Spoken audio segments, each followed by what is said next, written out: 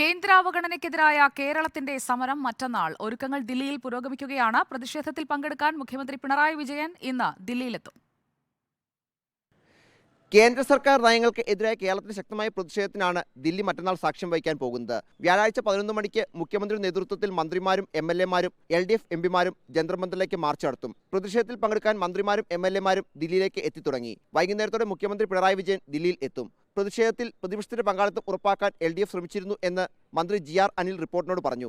എന്നാൽ പ്രതിപക്ഷം മാറി നിൽക്കുന്നു. കേന്ദ്ര സർക്കാരിന് എതിരായ കർണാടക സർക്കാരിന്റെ നാളത്തെ ദില്ലി പ്രതിഷേധം കേരളം പറഞ്ഞത് ശരിയാണെന്ന് തെളിയിക്കുന്നതാണ്. കേരളത്തിലെ കോൺഗ്രസ് ഇത് മനസ്സിലാക്കും എന്ന് പ്രതീക്ഷിക്കുന്നതായി GR അനിൽ പ്രതികരിച്ചു. കേരളത്തിലെ കോൺഗ്രസ് നന്നായി ഇത് മനസ്സിലാക്കുമെന്നാണ് ഞങ്ങൾ പ്രതീക്ഷിക്കുന്നത്. കേരളത്തിലെ കോൺഗ്രസിലെ പ്രതിപക്ഷ നേതാവ് അടക്കമുള്ളവർ കേന്ദ്ര വിരുദ്ധ അല്ലെങ്കിൽ BJP വിരുദ്ധ നിലപാടെടുക്കുന്നതിന് വളരെ പ്രയാസകരമായ ഒരു നിലപാടാണ് കാണുന്നത്. രാംലീല മൈതാനിലേക്ക് പ്രതിഷേധം മാറ്റുന്നതുമായി ബന്ധപ്പെട്ട നിർദ്ദേശങ്ങൾ ദില്ലി പോലീസിന്റെ ഭാഗത്ത് നേരത്തെ ഉണ്ടായിരുന്നു. ചർച്ചകൾക്ക് ഒടുവിൽ ജന്തർ മന്ദിറിൽ തന്നെ ദില്ലി പോലീസ് അനുമതി നൽകി. കോൺഗ്രസ് അധ്യക്ഷൻ മല്ലികാർജ്ജുൻ ഖാർഗെ അടക്കം ഇന്ത്യ സഖ്യത്തിലെ എല്ലാ നേതാക്കളെയും സമരത്തിലേക്ക് ക്ഷണിച്ചിട്ടുണ്ട്. റിപ്പോർട്ടർ, ദില്ലി.